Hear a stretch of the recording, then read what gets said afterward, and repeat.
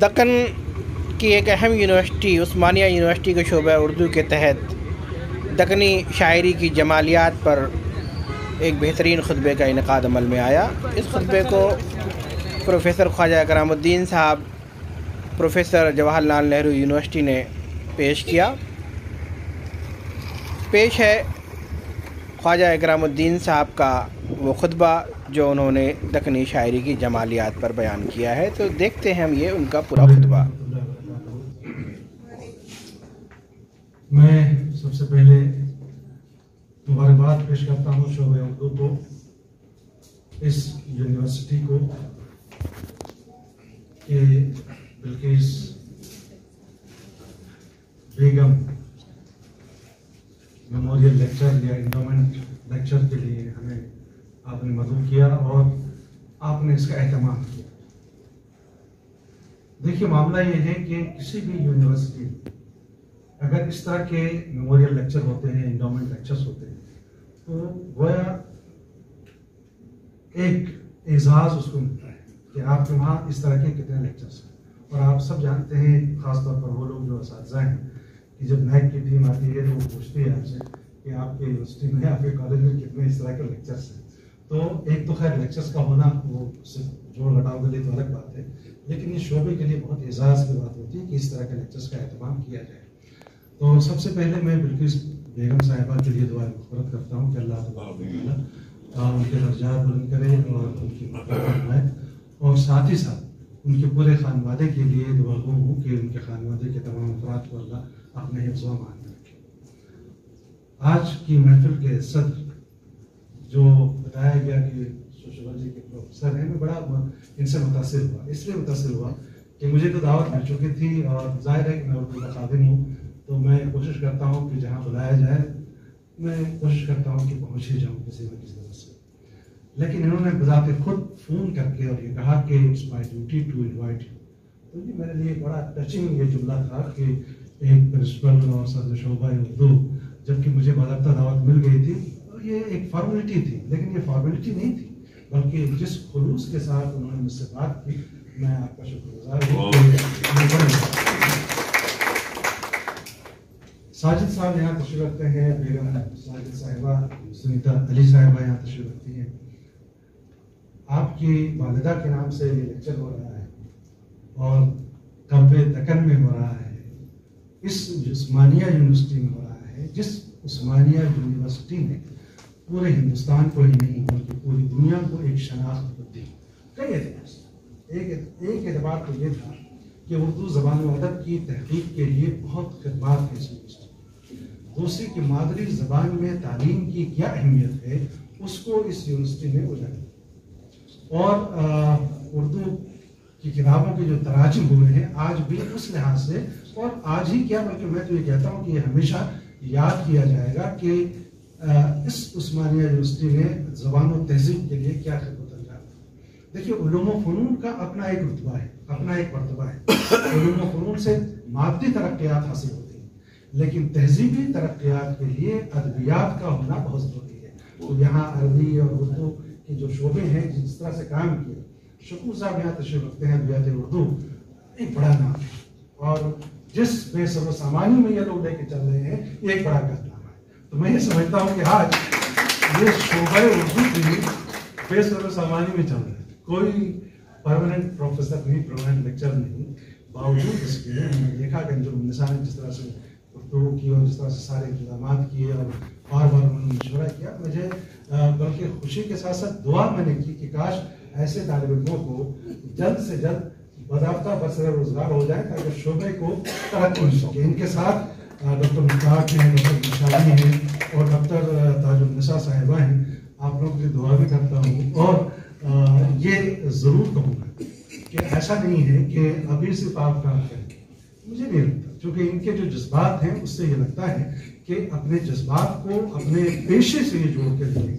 دیکھیے، نوکری کرنا الگ بات ہے، نوکری مل جانا خدا کی ایک طرف سے ایک نعمت ہے، لیکن اس کو سمجھنا اور خدمت کے لیے استعمال کرنا، کچھ اپنے آپ کو تیار رکھنا اور کنٹریبیوٹ کرنا، اپنے ڈپارٹمنٹ کے لیے کنٹریبیوٹ کرنا، اپنے پورے سماج کے لیے، اپنے ملک کے لیے، اپنے اسٹیٹ کے لیے، یہ بہت بڑی بات ہوتی ہے۔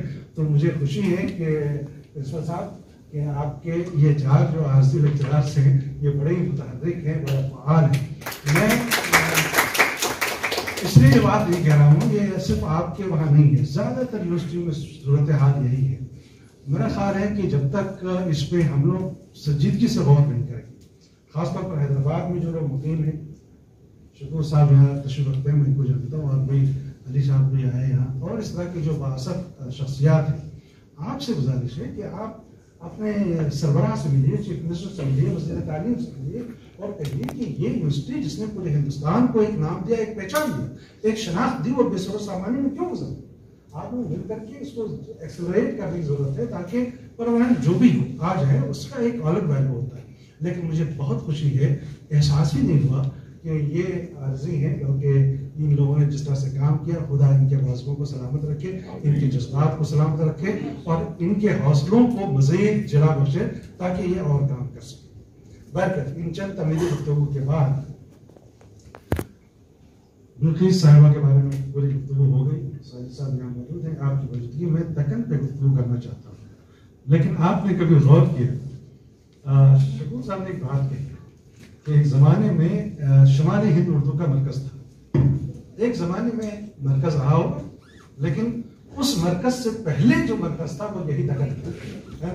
دکن کے بعد یہ مرکزیت لوٹ کے شمال کی طرف جاتی ہے، اور شمال سے اب مزید دکن کی طرف آ رہی ہے، اور بڑی اچھی بات ہے.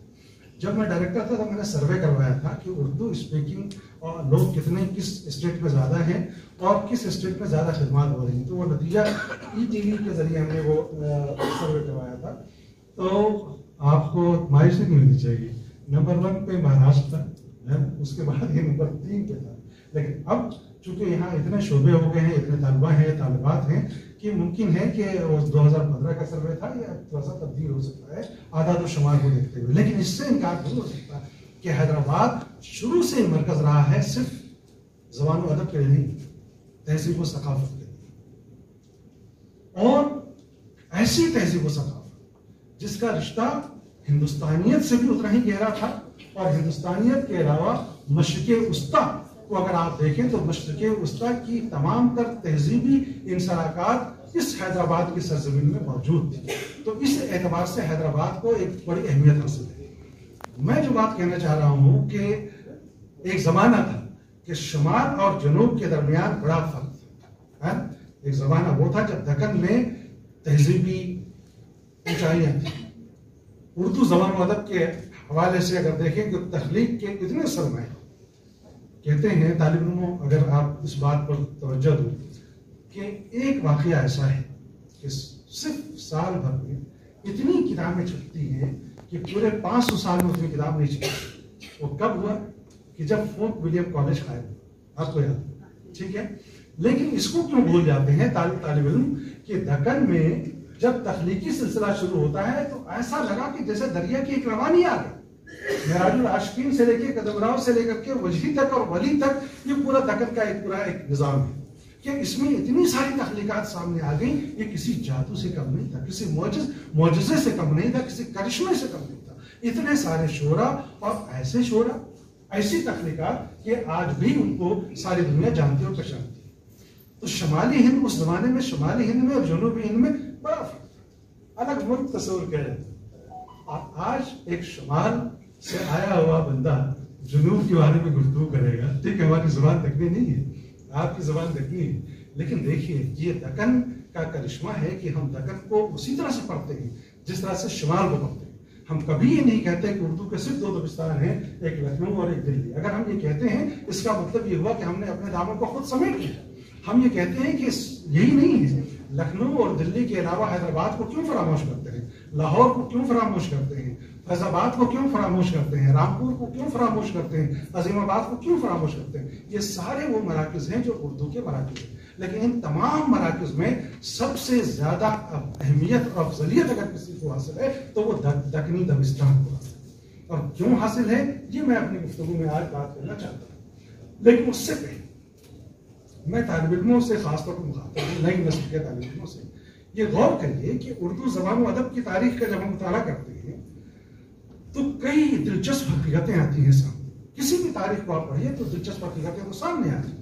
دکن کے حوالے سے جب آپ پڑھیں گے تو کچھ ایسی حقیقتیں سامنے آئیں گی جو آپ کی آنکھیں کھول دیں گی، آپ حیرت میں پڑ جائیں گے.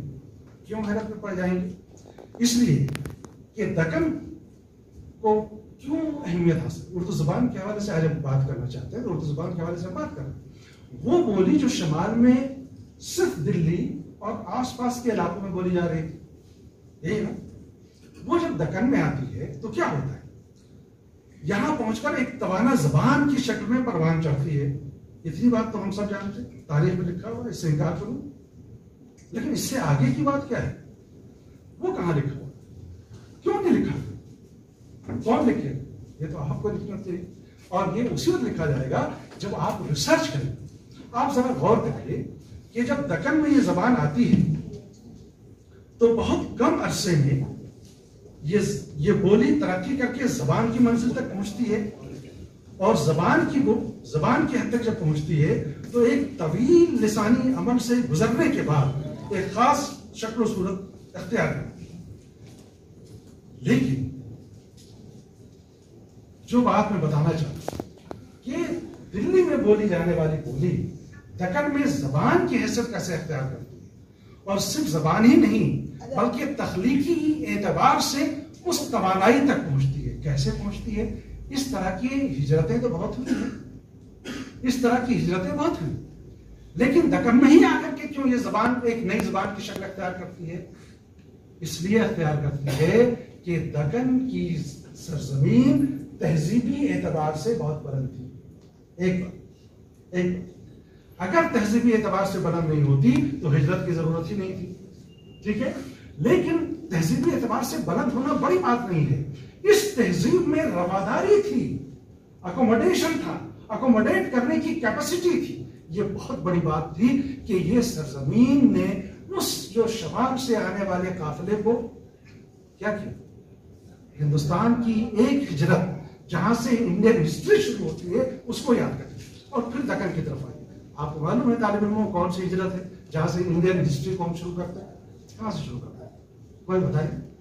طالب علم ہے یا نہیں ہے؟ اچھا چلو مت بتاؤ. مجھے معلوم ہے کہ ایسے سوالات جب پوچھے جاتے ہیں تو بچے شرما جاتے ہیں. میں ہی خود سوال بھی کروں گا، جواب بھی دوں گا. سوال یہ ہے کہ ہسٹری انڈیا کی کہاں سے شروع ہوتی ہے؟ ہم یہ کہتے ہیں آرین سائڈ. یہاں شروع کرتے ہیں آرین سائڈ. اس کے بعد کیا ہوا؟ اس کے بعد ون سائڈڈ ہسٹری ہماری چلتی ہے. وہ ہسٹری کیسے چلتی ہے کہ آرینس نے دراوڑ کو ایک کونے میں ڈھکیل دیا. ٹھیک ہے، ڈھکیل دیا. اس وقت دراوڑین کی کوئی بات ہی نہیں کرتا، جبکہ یہ کلچر اتنا زیادہ کیا تھا؟ بلندیوں پر تھا، زبان کے اعتبار سے، تہذیب کے اعتبار سے. آپ دیکھیے دنیا کی قدیم ترین زبانوں میں ایک زبان کون سی ہے جو آپ کے خطے میں بولی جاتی ہے؟ تمل. ترکا بھی ہم جانتے ہیں، بڑی بڑی کتابیں جو لکھی گئی، میں آپ سنسکرت سے بھی مقابلہ کریں تو ایک ہجرت وہ ہے کہ اس نے ایک قوم کو پورے کنارے کر دیا اور اس قوم کے ساتھ تال میل نہیں ہوا. تال میل نہیں، اسی لیے تو شمال اور جنوب کا فرق پیدا ہوا. لیکن ایک ہجرت وہ ہے کہ جو شمال سے جنوب کی طرف ہوتی ہے، اور اس ہجرت سے ایک نئی چیز سامنے آتی ہے کہ دکن کی سرزمین تہذیب و ثقافت کے اعتبار سے صرف بلند نہیں تھی بلکہ دکنی تہذیب میں رواداری کی ایسی بڑی خوبی تھی کہ انہوں نے آنے والوں کا استقبال بھی کیا اور نئی بولی کا استقبال اس طور پر کیا کہ اختلاط ہوتا ہے. کہاں اختلاط ہوتا ہے؟ نسلوں میں، تہذیبوں میں، بولیوں میں، زبانوں میں. تب جا کر کے ایک نئی زبان پروان کرتی ہے جس کو ہم نے کیا کہا پہلے؟ قدیم اردو، دکنی اردو یا دکنی کا نام. تو دکنی زبان کے پروان چڑھنے میں ایسا نہیں ہے کہ شمال سے آنے والی زبان کو یہ بولی میں کوئی بہت بڑی بات تھی کہ اچانک لوگوں نے اس کو ایکسپٹ کر لیا. بالکل نہیں. یہاں کی تہذیبی اس چیز کو لوگ آج تک فراموش کیے ہوئے، اور کسی بھی کتاب میں آپ کو یہ نہیں ملے گا کہ دکنی تہذیب نے رواداری کا وہ ثبوت پیش کیا جو ہندوستان میں رواداری کا سب سے پہلا نمونہ ہے کہ جو دکنی تہذیب نے پیش کیا. اور اسی لیے اس دکنی تہذیب میں ایسی زبان پروان چڑھی. اور وہ دکنی تہذیب کس طرح سے تھی؟ ایرین سے بھی ان کا تعلقات تھے، دراوڑین تو تھے ہی، لیکن ہند ایرانی تہذیب، ہند اسلامی تہذیب کی آمیزش بھی تھی بیک وقت. گویا 4 تہذیبوں کا سنگم تھا، ہند ایرانی تہذیب، ہند اسلامی تہذیب، ایرین تہذیب اور خود یہاں کی ڈراویڈین تہذیب جو ترقی یافتہ، تب جا کر کے دکنی زبان پروان چڑھتی ہے۔ تو بچوں اس حقیقت کو یاد رکھو، ورنہ آپ اپنی زبان کو فراموش کر جاؤ گے۔ تو میں تو یہ کہتا ہوں کہ یہ پہلا پل تھا۔ پل سمجھتے ہو نا، برج سمجھتے ہو؟ کیا ہوتا ہے برج؟ کہ 2 دوریوں کو سمیٹ لیتا ہے، 2 کھائیوں کے اوپر آپ راستہ ہموار کر سکتے ہیں۔ تو اس نے پہلا برج بنایا، کہاں سے کہاں تک؟ جنوب سے شمال تک۔ تو یہ پہلا برج بنانے والی تہذیب یہ ہے، اس تہذیب پہ آپ کو جتنا بھی چاہیے فخر کر سکتے ہیں۔ اب آئیے میں ذرا بات کرتا ہوں دکنی زبان، جسے ہم قدیم اردو کہتے ہیں، دکنی کہتے ہیں۔ زبانیں دنیا میں بہت ہیں نا دنیا میں، لیکن ایک بات بتاتا چلوں کہ ایک آپ نے بڑی افواہیں سنی ہوگی کہ اب ایسا وقت آ رہا ہے، چونکہ سائنسی ترقیات ہو گئی ہیں، کہ اس وقت میں کیا ہوگا؟ زبانیں مر جائیں گی۔ اب تک تو آپ نے سنا ہوگا کہ انسان مر جائے گا، جانور مر جائے گا، زبان کیسے مر جائے گی؟ سنا بچوں آپ نے؟ سنا ہوگا؟ نہیں سنا؟ بہت پڑھا بھی ہوگا کہ اب ایسا وقت آ رہا ہے کہ ہر سال 300 زبانیں مر رہی ہیں، سنا ہے نا؟ لیکن ایک بات میں آپ کو بتا دوں، یاد رکھو، جس زبان کو تم پڑھ رہے ہو اس زبان کے بارے میں معلوم ہونی چاہیے سچائیاں کیا ہے۔ وہ زبان کبھی نہیں مرتی جس میں سیریس لٹریچر لکھا جاتا ہے، جس کو اردو میں ہم کہتے ہیں ادب عالیہ لکھا گیا، ٹھیک ہے؟ اب اس دکن کی سرزمین کی خوبی تو دیکھو، کہتے ہیں ایک محاورہ سنا ہے تم لوگوں نے، چراغ تلے اندھیرا۔ بچوں سنا ہے چراغ تلے اندھیرا؟ یہ محاورہ نہیں محاورہ سنا؟ نہیں سنا تو میں سناتا ہوں۔ چراغ تلے اندھیرا کیا مطلب ہوتا ہے؟ کمرے کو ڈارک کر دو، ایک چراغ جلاؤ، ٹھیک ہے؟ ہوگا کیا کہ چراغ کی روشنی نکلے گی، چاروں طرف کمرے کو روشن تو کر دے گی، لیکن چراغ کے نیچے دیکھو گے تو اندھیرا رہے گا۔ کیا رہے گا؟ اندھیرا رہے گا۔ تو تقریباً ویسا ہی ہے، اگر آپ نے دکن کو نہیں پڑھا تو یہ چراغ تلے اندھیرا ہے، یعنی جہاں جس تہذیب نے آپ پورے ہندوستان کو منور کیا، اس تہذیب کو آپ نہیں جان لو، یہ حیرت کی بات ہے، حیرت کی بات ہے۔ تو اب ذرا غور کریے کہ اس دکنی زبان نے منشاوی صاحب کتنے عرصے میں ہم کہتے ہیں معراج العاشقین، چلو اس میں بڑا اختلاف، یہ خواجہ بندہ نواز گیسو دراز کی تصنیف ہے۔ اب کہا گیا یہ خواجہ بندہ نواز کی تصنیف نہیں ہے، لیکن یہ غلط بھی ہے، اس لیے کہ ابھی نئی ایک تحقیق آئی ہے اور وہ دعویٰ یہ کر رہے ہیں، حیدرآباد کے ہی ایک محقق ہے اور جو کینیڈا میں رہتے ہیں، اور اتفاق سے وہ بھی ڈاکٹر ہیں، فزیشین، ٹھیک ہے، اور بڑے ڈاکٹر ہیں، ٹھیک ہے، اور اسی عثمانیہ یونیورسٹی سے پڑھ کے گئے ہیں۔ تو انجمن نساء صاحبہ ان کو بھی آپ رابطہ کریے، ان کو بھی تقی آپ صاحب، ٹھیک ہے، اور ان سے بھی ہم بہت سارے فائدے اٹھا سکتے ہیں۔ انہوں نے ایک نئی تحقیق کی ہے اور انہوں نے بتایا ہے لسانی عمل کے ذریعے۔ چلیے وہ الگ بات ہو جائے گی، وہ یہ کہتے ہیں کہ معراج العاشقین خواجہ بندہ نواز گیسو دراز کی ہی تصنیف ہے، اختلاف کے ساتھ چاہے جس کی تصنیف ہے۔ ہم کہتے ہیں کہ پہلا نثری نمونہ ہے، اور ادبی نمونہ پہلا کون سا ہے بچے؟ پہلا ادبی نمونہ دکن کا آپ دیکھو، اردو کہتے ہیں مسلمانوں کی زبان ہے، ہاں تو وہ کہتے ہیں اردو کس کی زبان ہے؟ مسلمانوں کی زبان۔ کیا بات کرتے ہوں گے؟ کیا کوئی زبان کسی مذہب کی ہوتی ہے؟ کسی مذہب کی ہوتی ہے کوئی زبان؟ بالکل نہیں۔ یعنی مذہبوں کو زبان کی ضرورت تو پڑ سکتی ہے، مذہبوں کو زبان کی ضرورت پڑ سکتی ہے، لیکن کسی مذہب کی زبان جو ہے مختص نہیں ہوتی۔ کیا عربی مسلمانوں کی زبان ہے؟ اردو مسلمانوں کی زبان ہے؟ تمل مسلمانوں کی زبان ہے؟ گجراتی مسلمانوں؟ دنیا کی ہر زبان بولی جاتی ہے، اور جہاں جس نسل کے لوگ رہتے ہیں اس کو اپنے فائدے کے لیے استعمال کرتے ہیں۔ پہلا نثری تخلیقی شعری نمونہ جو دکن میں سامنے آیا وہ کون سا ہے؟ قدم راؤ قدم راؤ کا نام سنا ہوگا؟ نثری نمونہ کلمت اللہ۔ ہاں میں شعری نمونے کی بات کر رہا ہوں کہ اگر قدم راؤ کو مانتے ہیں تو یہ قدم راؤ اور قدم راؤ کون سے مسلمان تھے؟ اب بولو یہ زبان دکن کی زبان ہے۔ اچھا ایک بات، اب قدم راؤ سے لے کر کے آپ چلے آؤ کتب مشتری تک، کردار کون سے ہیں؟ باغمتی کا کردار ہے، یہاں کیوں نہیں کسی بدر منیر کا کردار کیوں نہیں ہے؟ بے نظیر کا کردار کیوں نہیں ہے؟ اس کا مطلب یہ ہے کہ یہ مشترکہ تہذیب یعنی کمپوزٹ کلچر کا بھی نمونہ تھا یہ دکنی تہذیب، اور اس تہذیب میں یہ زبان نکل کر کے آ رہی، ٹھیک ہے۔ اتنی خوبیاں ہیں، گنتے رہو، میں تو چند خوبیاں جلدی گنانا چاہتا ہوں تاکہ فخر کر سکوں۔ دیکھو ایسا ہے اگر تم یہ جانو نہیں کہ جہاں تم رہ رہے ہو تمہاری حیثیت کیا ہے اور تمہاری اپنی پہچان کیا ہے تو تم فخر نہیں کر سکتے، پراؤڈ نہیں کر سکتے. تو پراؤڈ فیل کرانے کے لیے میں چاہتا ہوں کہ دکن کی ان خصوصیات کو آپ سمجھو. تو قدم راؤ سے لے کر کے قطب مشتری تک آپ پہنچتے ہیں، مشکل سے 400 سال کے زمانہ ہے، یہی ہے نا.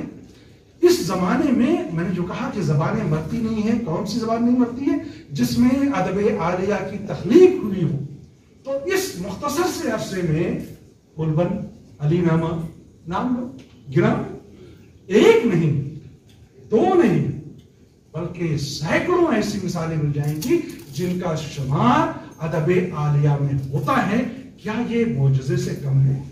دکنی زبان کے لیے کسی معجزے سے کم نہیں ہے کہ اتنے کم عرصے میں تخلیقات کا عمل شروع ہوتا ہے، اور عمل شروع ہوتے ہی وہ تخلیق کہاں پہنچتی ہے؟ ادب عالیہ تک پہنچتی ہے. یہ بہت بڑی بات ہے. اور یہ تخلیق کی جمالیات، یہ کیا ہے؟ تخلیق کی جمالیات. اب آپ کہو کہ یہ تخلیق کی مجھے تخلیق کی جمالیات کیا ہے، شعری جمالیات کیا ہے، یہ تمام چیزیں میں آپ سے شیئر کرنا چاہ رہا ہوں. شرط یہ ہے کہ میری گفتگو ون سائیڈڈ کبھی نہیں ہوتی. ون سائیڈڈ ہوتی تو میں بیٹھ جاتا ہوں. میں چاہتا ہوں کہ میرے ساتھ آپ شریک رہیں، ٹھیک ہے؟ یعنی میں کہتا جاؤں اور آپ اس کو نکارتے جائیے، کاٹتے جائیے، اور نہ کاٹ سکے تو کم از کم سنیے اور انٹریکٹ کریں. تو 4-5 خوبیاں تو میں نے بتا دی. کس کی بتا دی؟ اس سرزمین کی جس سرزمین کے آپ فرزند ہیں، ٹھیک ہے؟ اس سرزمین جس کی اتنی خوبیاں ہیں ہماری نسل نہیں جانتی ہے. ساجد صاحب، مشکل یہ ہے کہ جو ہماری نیو جنریشن ہے وہ ان چیزوں سے ناواقف ہے. تو اس طرح کے لیکچر میں کم از کم ہماری نئی جنریشن کو زیادہ سے زیادہ انوالو کیا جانا چاہیے تاکہ وہ یہ سمجھ سکیں کہ ہماری خوبیاں کیا ہیں. اچھا جناب، ایک بات جو میں کہہ رہا تھا کہ جب دکنی تخلیقات کو آپ پڑھیے، چاہے قدم راؤ کو پڑھ لیجیے، معراج العاشقین کو پڑھ لیجیے، ٹھیک ہے، فکری کو پڑھ لیجیے، یا قطب مشتری کو پڑھ لیجیے، تو آپ یہ دیکھیے گا کہ اس کے جو الفاظ ہیں، اس کی جو تشبیہات ہیں، اس کے جو محاورات ہیں، اس کا تعلق ہندوستان کی سرزمین سے ہے. یہاں گہرائی میں گڑی ہوئی ہے. اس کو تاریخ کی کتابوں میں کیا لکھا گیا ہے؟ ہندی الاصل الفاظ. ہندی الاصل الفاظ کا مطلب کیا ہوا؟ اس وقت تو ہندی تھی ہی نہیں. دکنی کا نام بھی ہندوی تھا، لیکن جب ہندی بھی کہا گیا. ہندی الاصل الفاظ لکھے گئے. نئی نسل کے بچے کنفیوز کرتے ہیں. اس کا مطلب کہ دکنی کی تصنیفات میں، تخلیقات میں جو بات کی گئی، آپ مجھے بھی چائے دے سکتے ہیں، ٹھیک ہے، اگر انہوں نے کنڑ یہ اردو سمجھ لی ہوتا. میں رکھتا ہوں تاکہ کم. ہاں، تو میری گفتگو بالکل یوں ہوگی کہ جیسے ہم آپ سے گفتگو کر رہے ہیں، تو لیکچر نہیں دینا آیا ہوں. بس میں چاہتا ہوں کہ کچھ ایسی چیزیں ہیں جو آپ کے ساتھ شیئر کروں. تو یہ ہندی الاصل الفاظ سے مراد کیا ہے بچوں؟ ہندی الاصل سے مراد یہ ہے وہ ہندوستانی الفاظ جو دکن میں بھی بولے جا رہے تھے، شمال میں بھی بولے جا رہے تھے. اور وہ ہندی الاصل الفاظ کیا تھے؟ یہاں کی زبان کیا تھی؟ سنسکرت. اور سنسکرت تمام زبانوں کی ماں ہے، ٹھیک ہے نا. تو وہ سنسکرت سے نکلے ہوئے الفاظ، اس کو ہم نے ہندی الاصل الفاظ کہا. اور وہ سنسکرت کے الفاظ اگر کیرلا میں گئے تو وہاں کی شکل بدل دیا، لکھنؤ میں گئی وہ زبان، وہاں شکل بدل گئی، مہاراشٹر میں گئی وہ زبان، وہاں شکل بدل گئی، لیکن زبان کا اصل تو وہی رہا. تو ہندی الاصل الفاظ اس میں موجود تھے. لیکن اس کے ساتھ ساتھ ایک چیز اور تھی، وہ یہ تھی کہ ایک مصنف لکھتے ہیں کہ صنف غزل جب ایران سے ہندوستان پہنچی. یہ اصل دیکھیے، میں نے یہ بات کہی تھی کہ یہاں کی تہذیب کے تعلقات کو اگر دیکھیں تو آپ دربڑی تہذیب دیکھیے، آریت تہذیب دیکھیے، انڈو ایرانین تہذیب دیکھیے اور انڈو اسلامک تہذیب دیکھیے. ان چاروں سے مل کر کے یہاں کی مشترکہ تہذیب بنتی ہے، ٹھیک ہے.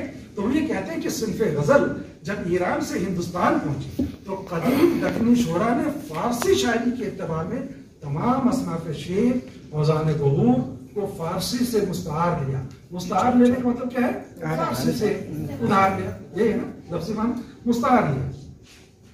لیکن جہاں تک اصل مسئلہ یہ ہے، لیکن جہاں تک شاعری کی روح اور مواد کی پیشکش کا تعلق ہے، اس خصوص میں وہ بہت اہم اور کیا ہے صحت مند ادبی مزاج رکھتے تھے. اسی لیے ان کی تخلیقات میں چھوڑ کے پڑھ رہا ہوں، چونکہ یہ اقتباس ہے. تصور پرستی، واقعہ نگاری، حقیقت پسندی، یہ تمام چیزیں دکنی تخلیقات میں نظر آئیں گی. اور ان واقعات نگاری میں، تصور پرستی میں وہ جمالیاتی عناصر دیکھنے کو ملیں گے جس پر آج مجھے گفتگو کرنی ہے.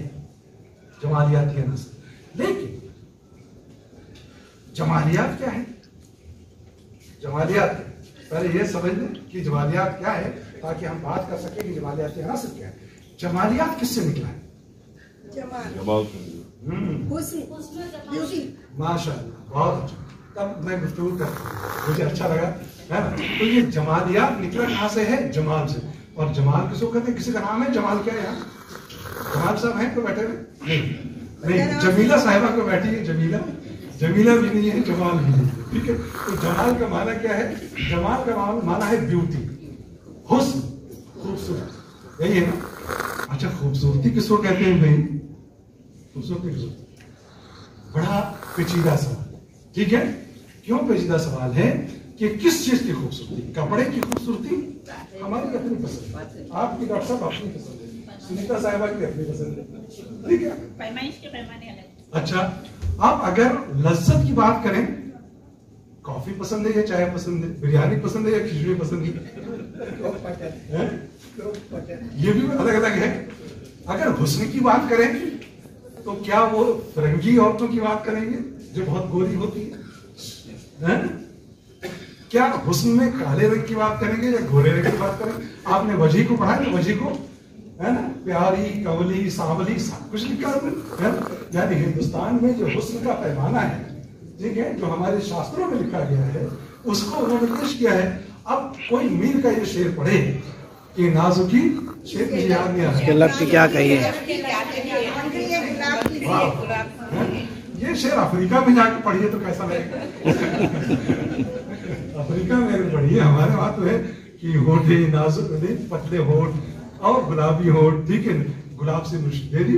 کیا افریقہ میں یہ شعر پڑھ سکتے ہیں؟ رنگ بدل دینا پڑے گا. وہاں رنگ بدلنا پڑے گا اور وہاں ہونٹ موٹے ہوتے ہیں. وہاں کے حسن کا پیمانہ یہ ہے کہ جو جتنا کالا ہوگا، جتنا سیاہ ہوگا، وہ اتنا وہ وہاں کا حسن ہے. ٹھیک ہے. تو حسن کا معیار بھی الگ الگ ہے. ٹھیک ہے. حسن کا معیار بھی الگ ہے. اور یہ حسن ہم کہاں سے پہچانتے ہیں؟ بہت مشکل ہے. لیکن میں 2-3 اقتباسات پڑھتا ہوں پہلے تاکہ آپ جمالیات کو سمجھ لیں. اس کے بعد دیکھیے کہ دکنی شاعری میں کیا جمالیات ہے. جمالیات کو انگریزی میں ایستھیٹک سے کہتے ہیں. کتنا ایستھیٹک ہے. اور وہ ایستھیٹک ایسا ہے کہ جس میں ہندوستان نظر آئے گا، جس میں ایران نظر آئے گا، جس میں سنٹرل ایشیا نظر آئے گا، جس میں آپ کو پورا دکن نظر آئے گا، پورا ہندوستان. اور وہ اشعار میں آپ کو پڑھ کے سناؤں گا. آپ کہیے گا کہ یہ شعر تو میں نے پہلے پڑھا تھا لیکن اس طرح نہیں پڑھتی. تو پہلے ذرا دیکھو کہ جمالیات کس کو کہتے ہیں.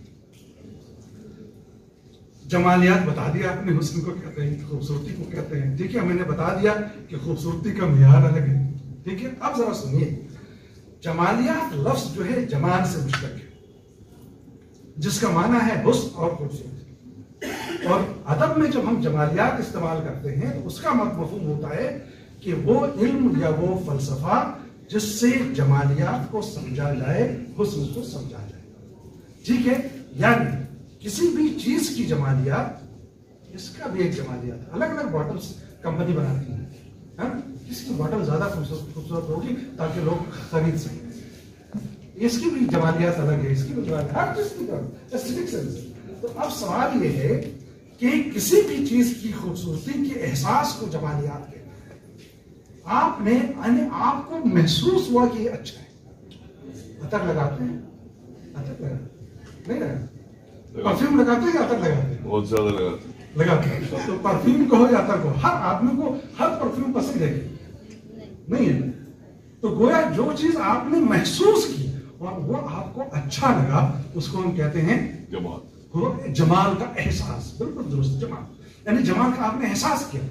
لیکن اگر کوئی ایسی چیز سامنے آئے جس کو میں نے محسوس کیا، کیا اچھا، آپ نے منشاوی صاحب محسوس کیا کیا اچھا ہے، ہمارے بچوں نے محسوس کیا کیا اچھا، یعنی زیادہ تر لوگ جس کو پسند کیا، وہ کیا کہتے ہیں یونیورسل ٹروتھ ہوتا ہے، یونیورسل بیوٹی اس کو کہتے ہیں. ٹھیک ہے، یا زیادہ تر لوگ جس کو محسوس کرتے ہیں. ادب میں جمالیات کی جب بات ہم کرتے ہیں تو ہم جمالیات اسی کرتے ہیں. انگریزی میں ایک کوٹیشن ہے کہ the law and principle determining the beauty, nature, art, taste, etc. یعنی کسی بھی چیز کو ڈٹرمائن کرنے کے لیے کہ اس کی بیوٹی کا نیچر کیا ہے اور اس کو محسوس کرنے کے لیے اس کو ہم جمالیات کہتے ہیں. ٹھیک ہے، چلیے میں چیزیں چھوڑتا ہوں تاکہ جلدی جلدی سے آپ باتیں ختم کر سکوں. جمال کا احساس سمجھ رہے نا، خوبصورتی کا احساس. کتب مشتری پڑھا ہے کسی نے؟ کیا بادشاہ تھے، کیا شہزادے تھے، خواب دیکھا اس نے. ٹھیک ہے، اور خواب میں جمالیات کا شکار ہو گیا، یہی تھا نا یا کچھ اور تھا؟ یاد ہے کسی کو کتب مشتری؟ یاد ہے نا بچوں؟ ہاں، کیا خواب دیکھتا ہے؟ دیکھتا ہے نا، کسی کو دیکھتا ہے. ٹھیک ہے، پری کو دیکھتا ہے، پری کو دیکھتا ہے. وہ احساس جمال کا شکار ہے. ٹھیک ہے، یہ پوری کہانی وہاں سے شروع ہوتی ہے. میں جو بات بتانا چاہ رہا ہوں کہ شاعری میں جب احساس جمال کی بات کرتے ہیں، جمالیات کی بات کرتے ہیں، تو حواس خمسہ سمجھتے ہیں؟ دیکھنے کی طاقت، سننے کی طاقت، سونگنے کی طاقت، چکھنے کی طاقت اور ٹچ کرنے کی طاقت. ٹھیک ہے، یہ 5 طاقتیں ہیں. کیا شاعری میں ان 5 طاقتوں سے ہم احساس جمال کر سکتے ہیں کیا؟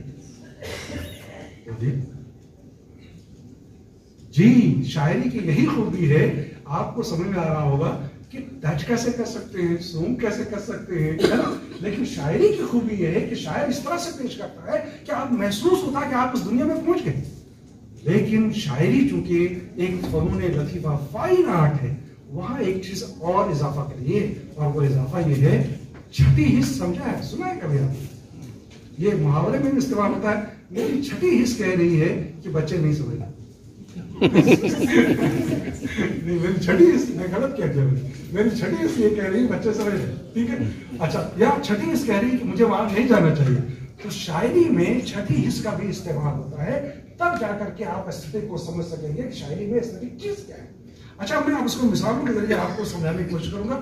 بہت ساری چیزیں لکھ کے آیا ہوں لیکن وقت کم ہے، تو میں چاہتا ہوں کہ آپ نے جو کچھ پڑھا ہے دکنی شاعری کی جمالیاتی نیرنگیوں کو دیکھیں.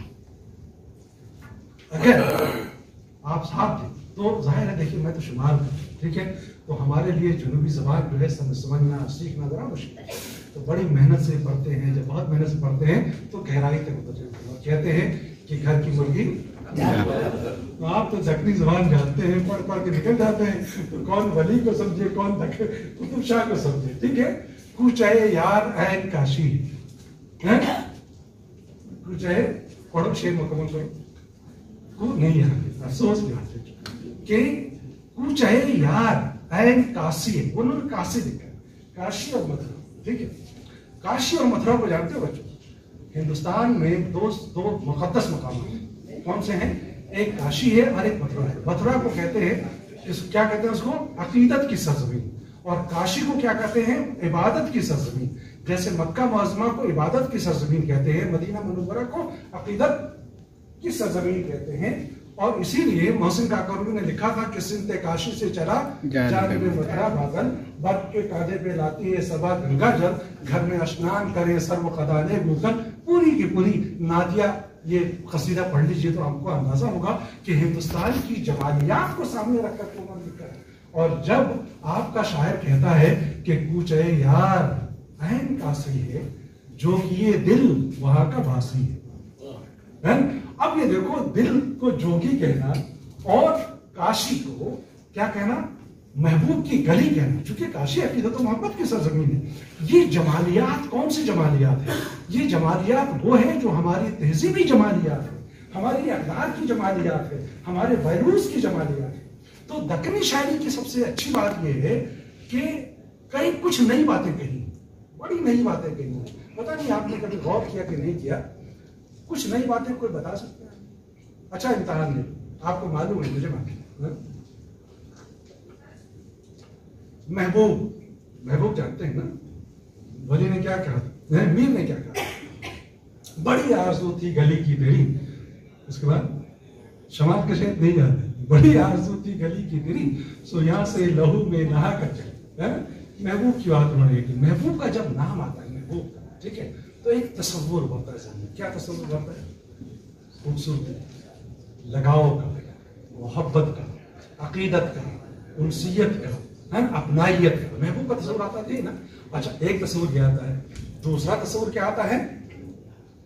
بے وفائی, بے اتفاقی کا, اور ظالم کا, ظلم کرنے والے کا.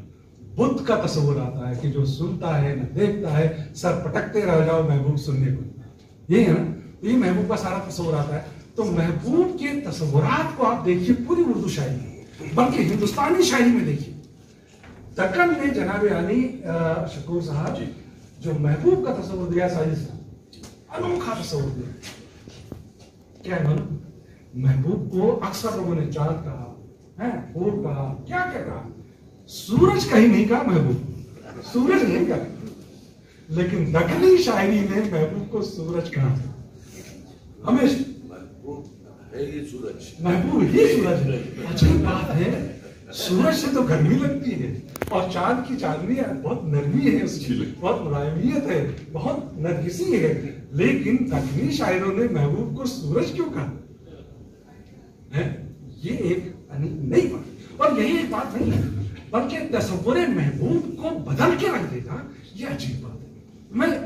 یہ وہ چیزیں ہیں جو دکنی شاعری کی ایسی صفت ہے جو ہندوستان کی کسی ادبیات میں آپ کو نہیں ملے گی. اور دکن کے لوگوں کو فخر کرنا چاہیے کہ اس نے اردو ادب کو ایسے لال و گوہر دیے ہیں, کس اعتبار سے؟ خیالات کے اعتبار سے, تصورات کے اعتبار سے, اقدار کے اعتبار سے, استعارات کے اعتبار سے, تشبیہات کے اعتبار سے, بہت سارے. میں کچھ مثالیں آپ کو پیش کرتا ہوں. چلیے صاحب میرے ساتھ اگر آپ دکنی شعر تو پڑھ سکتے ہیں نا. خلوت منے سجن کی میں موم کی بتی ہوں. اچھا بتی اصل لفظ ہے, لیکن یہ ضرورت شعری کی وجہ سے یہ پڑھنا پڑے گا. یک پاؤں پر کھڑی ہوں جلنے پرت پتی ہوں. ٹھیک ہے. اچھا یہ پورا کا پورا میں مست ہوں سجن کی, دستی ہوں تن کی صورت, اب عشق کی مدن کی مغرور مدمتی ہوں.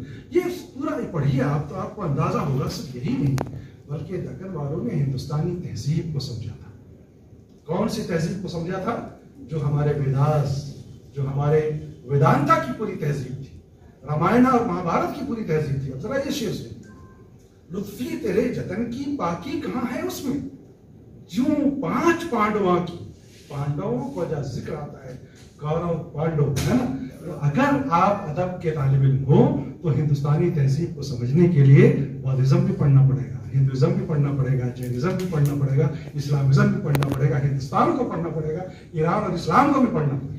تب چونکہ یہ تمام تہذیبوں کا جو انضمام اس میں ہوا ہے, تب جا کے یہ مشترکہ تہذیب بن کر کے سامنے آتی ہے. چلیے ذرا مشکل تھا. سورج جانتے ہو, سورج لکھتے ہیں یہاں پر, ہے نا. تو 2-3 طرح سے لکھا گیا ہے دکن میں. جہاں ضرورت شعری ہے وہاں واو بھی لکھا گیا ہے, لیکن دکنی لفظ میں اگر کہو بغیر واو کے سورج سورج لکھا جاتا ہے, سورج, ہے نا. تو ایک شعر سنیے مشتاق کی غزل کا ہے. سورج مرجان میں جوں دستا. مرجان سمجھتے ہیں, قرآن میں تو آیا ہے نا. کیا ہے ڈاکٹر صاحب؟ واللؤلؤ والمرجان. ہاں واللؤلؤ والمرجان ہے. یہ عجیب قسم کا بہت ہی شفاف ہیرا ہے. ٹھیک ہے. تو اگر سورج کے سامنے مرجان کو دے رکھ دو, ہے نا, آئینے کی مثال نہیں, اس لیے کہ آئینے کے سامنے اگر سورج کو رکھو, سورج کے سامنے آئینوں کو رکھو گے تو نہ تو تم سورج کو دیکھ سکتے ہو نہ تو آئینے کو دیکھ سکتے ہو. آنکھیں آپ کی خیرہ ہو جائیں گی, اور جب آنکھیں خیرہ ہو جائیں گی تو سردار جعفری کی نظم پڑھو جو انہوں نے جنگ آزادی کے حوالے سے لکھا کہ آنکھیں خیرہ ہوتی ہیں تو کیسے ہوتا ہے. ٹھیک ہے. بڑی عجیب نظم ہے. تو ہماری شاعری میں کیا کیا نہیں رکھا ہے بھائی.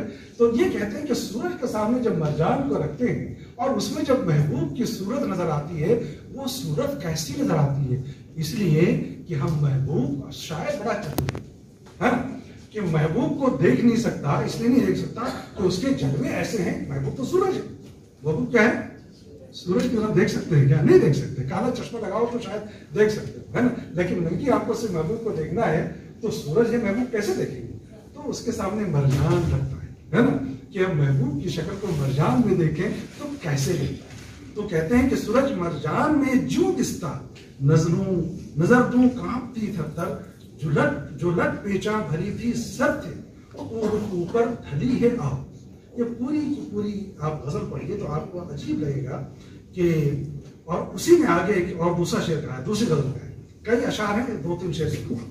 صفا اس گال کو دیکھت، صفا اس گال. اچھا اس میں محبوب یہ دکنی شاعری میں ایک خاص بات ہے. دیکھیے جناب شکور صاحب یہاں بیٹھے ہیں، جانتے ہیں ادب کے آپ سب طالب علم ہیں. شمالی ہندوستان جب ولی جاتے ہیں تو وہاں شاعری شروع ہوتی ہے. تو آبرو سے لے کر کے حسرت 250 سال 300 سال کا وقفہ ہے. پتہ ہی نہیں چلتا کہ محبوب کون، پتہ چلتا ہی نہیں ہے کہ محبوب کون، نہیں معلوم. پہلی دفعہ جب حسرت نے کہا کہ دوپہر کی دھوپ میں میرے بلانے کے لیے وہ تیرے کوٹے پہ لیں پاؤں آنا یاد ہے، تب سمجھ میں آیا اچھا اردو شاعری میں جو محبوب ہے وہ عورت ہے. میں اس سے پہلے سمجھ ہی نہیں آیا تھا، اتنا سال گزر گیا، صدیاں گزر گئی. لیکن دکن میں شاعروں نے پہلی دفعہ بتا دیا کہ ہمارا محبوب کوئی اور نہیں عورت ہی ہے. تو یہ جو الزام لگایا جاتا ہے عام طور پر تاریخ کی کتابوں میں دیکھو کہ اردو شاعری کی ہم کیا بات کریں، اردو شاعروں نے تو محبوب کے بارے میں بتایا ہی نہیں کہ وہ کون ہے. انسان ہے بھی نہیں، جنات ہے، پری ہے، دیو ہے، کیا ہے، ہمیں کچھ سمجھ نہیں آتا. لیکن اب آپ دیکھو کہ دکن جہاں سے شاعری کی ابتدا ہوتی ہے پہلے ہی انہوں نے محبوب کو عورت بنا کے پیش کیا. اور عورت کو چونکہ بنیادی طور پر حسن کا ایک مجسمہ سمجھا جاتا ہے، صرف حسن کا نہیں، محبت کا، خلوص کا. سمجھ گئے آپ اس بات کو؟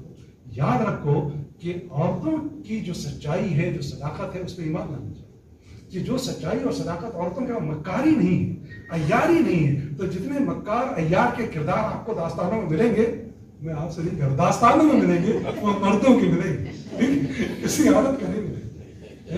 تو چونکہ ہندوستان میں مامتا کی دیوی کہا گیا ہے، کیا کہا گیا ہے؟ مامتا کی دیوی کہا گیا. اور اسلام میں بھی عورتوں کا بڑا رتبہ ہے. ٹھیک ہے، تو اس نقطۂ نظر سے دیکھو کہ عورتوں کو پہلی دفعہ دکن کی شاعری نے، بلکہ پہلے ہی انہوں نے مجسم، محبت کا مجسمہ بنا کے پیش کیا. صفا اس گال کو دیکھت، نظر سو جگہ گر پڑتی، 100 جگہ گرتی ہے. کیسے گرتی ہے؟ مکھی کے پر میں کہاں طاقت، سورج لگ جا گزر. بڑا مشکل ہے نا، شعر مشکل. آسان شعر پڑھتا ہوں ولی وغیرہ کے. چلیے، قواسی، نصرتی، لطفی، قریشی، ٹھیک ہے، یہ ساری مثالیں ہم نے دی ہیں، لیکن وہ چھوڑتا ہوں، قدیم زمانے کی مثالیں ہیں. اب حضرت قطب شاہ کے بارے میں ہم یہ کہتے ہیں کہ رنگ کس نے بنایا؟ کس نے بنایا؟ اللہ نے بنایا. سب کچھ اس نے بنایا. اس نے سوچتے ہیں کیا بات ہے، آپ نے جواب اتنی دیر سے کیوں دیا؟ رنگ کس نے بنایا؟ سب چیز اللہ نے بنایا، تو رنگ بھی اللہ نے بنایا. اچھا کالا رنگ ہمارے لیے محترم ہے یا نہیں محترم؟ اس لیے محترم ہے جیسے کالا رنگ کا تصور آتا ہے خانہ کعبہ کی طرف ہمارا دھیان چلا جاتا ہے، اور غلاف کعبہ کیا ہے؟ کالے رنگ کا ہے. اور سبز رنگ جیسے ہم کہتے ہیں تو مدینہ منورہ کی طرف چلا جاتا ہے. اچھا ہندوستان میں اگر ہندو دھرم آپ پڑھو، ہندو شاستر پڑھو، تو اس میں ناریوں کی الگ الگ قسمیں بیان کی، ٹھیک ہے. اس کو ذہن میں رکھتے ہوئے یہاں کے شعراء نے بھی یہاں کے رنگت کو یہ نہیں کہا کہ وہ حقارت کے لائق، ہر رنگ کا احترام کیا. یہ بڑی بات ہے کہ دکنی شعراء نے اگر وجی نے کاملی لکھ دیا، سانولی لکھ دیا، تو یہ دراصل احترام ہے اس کا کہ تمام مخلوقات کو اللہ نے پیدا کیا، چاہے جس رنگ کا ہو اس کا احترام واجب ہے. اس لیے ہمارے وہاں دکنی شاعروں نے کالے رنگ کو بڑی اہمیت دی ہے، کالے رنگ پر بھی بڑے اشعار لکھے ہیں. اب ذرا ایک شعر سنو قطب شاہ کا. پیا سانولا من ہمارا لبایا. یہ فرنگی عورت کا ذکر چاہتے تو کر سکتے، نہیں کر سکتے. پیا سانولا پیا سانولا من ہمارا لبایا، نزاکت عجب سبز رنگ میں دکھایا. دونوں چیزیں آ گئی، ٹھیک ہے. اب یہ پیاری، سانولی، کملی جیسی جمالیات پیرائی کی نسبت، یہ وہ جمالیات ہیں جو حسن کی جمالیات، جو ظاہری مظہر اس کا بیان ہے. لیکن احساس کے نظر کے بارے میں آپ کو میں کچھ بات بتانا چاہتا ہوں. اسی نے کہا محبت کیا چیز ہے؟ محبت تو یہ ہے کہ محبت کے بغیر دنیا کا تصور ممکن نہیں. کیوں ہے؟ نہیں ممکن. اس لیے کہ محبت سے ہی تو ہم آگے بڑھتے ہیں. گھر کی محبت کہاں سے شروع ہوتی ہے؟ ماں باپ سے شروع ہوتی ہے، بھائی بہن سے شروع ہوتی ہے، پھر خاندان والوں سے شروع ہوتی ہے، پھر معاشرے سے، یہ پھر ایک سلسلہ نکل ہوتا ہے. اور وجی کہتے ہیں محبت کی لذت فرشتہ کو نہیں ہے، محبت کی لذت فرشتہ کو نہیں ہے. بہت صحیح سن یہ لذت پچھانی. یعنی میں نے جو بہت محنت مشقت کرنے کے بعد یہ لذت پہچانی کہ یہ محبت کی جو صفت ہے، جو جبلت ہے، جو فطرت ہے، یہ انسان، صرف انسان میں ہو سکتا ہے، فرشتہ میں نہیں ہو سکتا۔ اگر آپ چاہو آسانی کے لیے تو یہ شعر سن سکتے ہو حالی کا کہ فرشتے سے بڑھ کر ہے انسان بننا، یہ آسان شعر، لیکن دکنی آپ کے لیے تو آسان ہے نا، میرے لیے مشکل، آپ کے لیے تو آسان ہے، لیکن حالی میں سن لو کہ فرشتے سے بڑھ کر ہے انسان بننا، مگر اس میں لگتی ہے محنت زیادہ، اگر اس میں لگتی ہے محنت زیادہ۔ فرشتہ بننا آسان ہے، تصویر کرتے ہوئے کونے میں بیٹھ جائے، انسان بننا مشکل ہے۔ کیوں مشکل ہے؟ جب انسان بنو گے تو میں ماں باپ کو پہچاننا ہوگا، بھائی بہن کو پہچاننا ہوگا، پڑوسیوں کو پہچاننا ہوگا، سماج کو پہچاننا ہوگا، اس اسٹیٹ کو پہچاننا ہوگا جہاں رہے ہو، اس ملک کو پہچاننا ہوگا، اور ساری دنیا کو پہچاننا ہوگا، عالمی انسانیت کو پہچاننا ہوگا، جو رحمت للعالمین کا پیغام ہے، تب جا کر کے آپ انسان بن سکتے ہو۔ تو یہ کہتے ہیں کہ فرشتے محبت نہیں کر سکتے، تو محبت کون کرے گا؟ ہم کریں گے، انسان کریں گے، ٹھیک ہے؟ تو محبت کیسے کرنا ہے، یہ محبت کے الگ الگ روپ کو بھی آپ کو اگر دیکھنا ہو تو دکنی شاعری میں آپ دیکھ سکتے ہیں۔ چلیے، بہت سارے اشعار ہم نے محبت کے لکھے تھے، چھوڑ دیے تاکہ آپ ڈھونڈ کے نکالو محبت کے شعر کہاں سے۔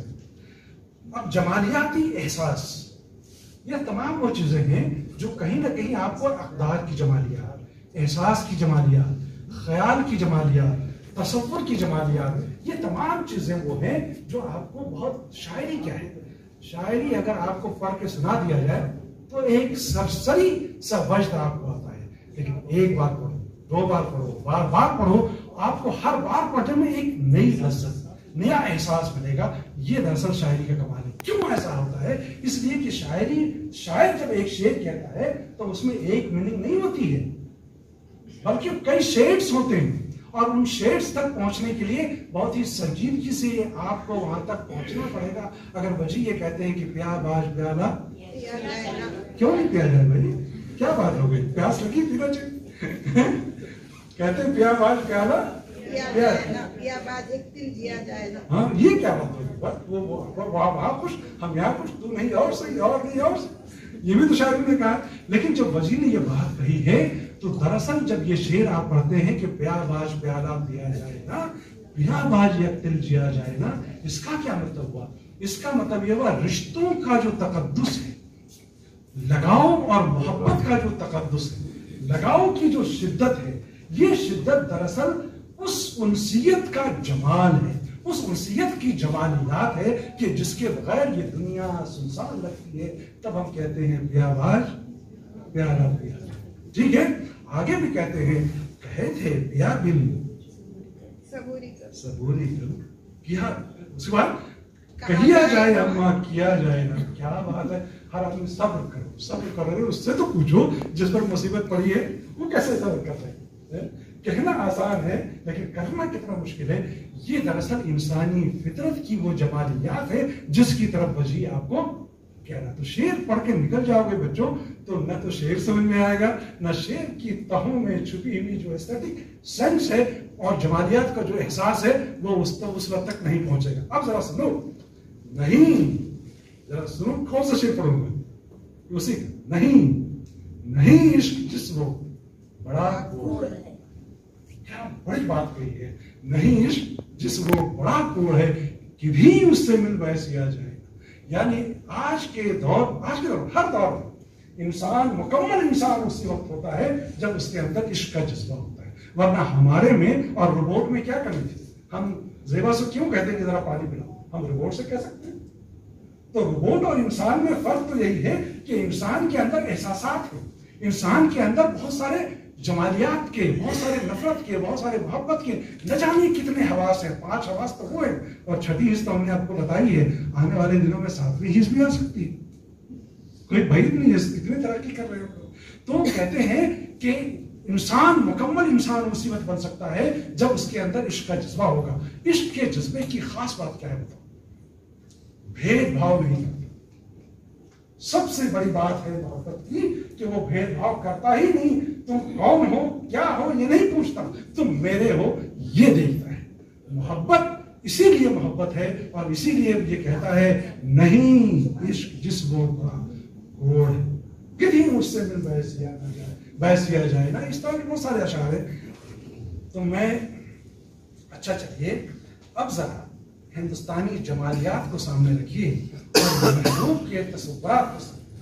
یہ دکنی شاعری کی وہ جمالیات ہے جو خالصتاً یہاں کے الفاظ کے ذریعے کہا جاتا ہے کہ اردو شاعری میں اگر فارسی الفاظ نہ ہوتے، فارسی روایات نہ ہوتی، استعارات نہ ہوتے تو یہاں کی شاعری خالی ہوتی. لیکن میں تو ایسا شعر سنانے جا رہا ہوں جس میں نہ تو ایرانی روایت ہے، نہ تو اسلامی روایت ہے، نہ عرب کی روایت ہے، خالصتاً لفظ بھی ہندوستان کے، روایات بھی یہیں کے. اب ذرا وہ شعر آپ کو یاد ہوگا، سب نے پڑھا ہوگا، ہر سلیبس میں ہے، اکثر آپ کے وہاں بھی ہوگا کہ سب اختیار بولو،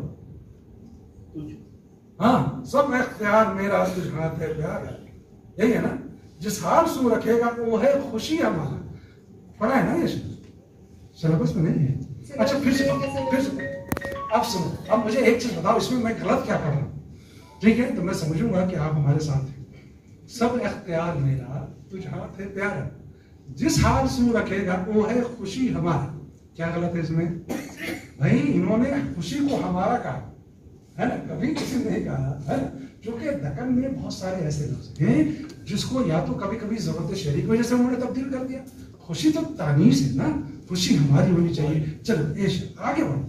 جو میں ہندوستانی جمالیات کو دکھانا چاہتا ہوں شعر سننے پہلے، پھر اس کے بعد جمالیات کو محسوس کریں کہ نینا خوشی سے دھوم، یاد ہے کسی کو؟ بڑے خوشی. نینا خوشی سے دھوم پگ اب پلک سجھاڑو، جو کوئی خبر سو لے آوے مقبول کا بہار. کہتے ہیں ہم محبوب بتا دیں کہاں محبوب کی خبر اگر کوئی لا کر کے دے تو میں کیا کروں؟ اپنی پلکوں سے اس کے پیر میں لگے ہوئے گرد کو جھاڑوں، اپنے آنسوؤں سے اس کے پیروں کو دھوؤں. اب ذرا دیکھو کہ ہندوستان کی قدیم روایات میں یہ ہے کہ کہتے ہیں کہ اتیتھی دیوا بھو ہے نا، اور ہم اردو میں کیا کہتے ہیں کہ ہندوستان یعنی کہ مہمان خدا کا کی نعمت ہے نا، مہمان جو ہے ایک نعمت ہے. ٹھیک ہے. اب یہ دیکھو کہ جب ہندوستان میں کوئی دور سے آتا تھا تو پہلے اس کو بٹھاتے تھے اور رکاب میں پانی لے کے جاتے تھے، اس کے پیروں کو دھوتے تھے. حضرت ابراہیم کا قصہ آپ کو معلوم، حضرت ابراہیم کا قصہ ان کے پاؤں بھی دھونے گئے. ٹھیک ہے. تو یہ ایک روایت تھی.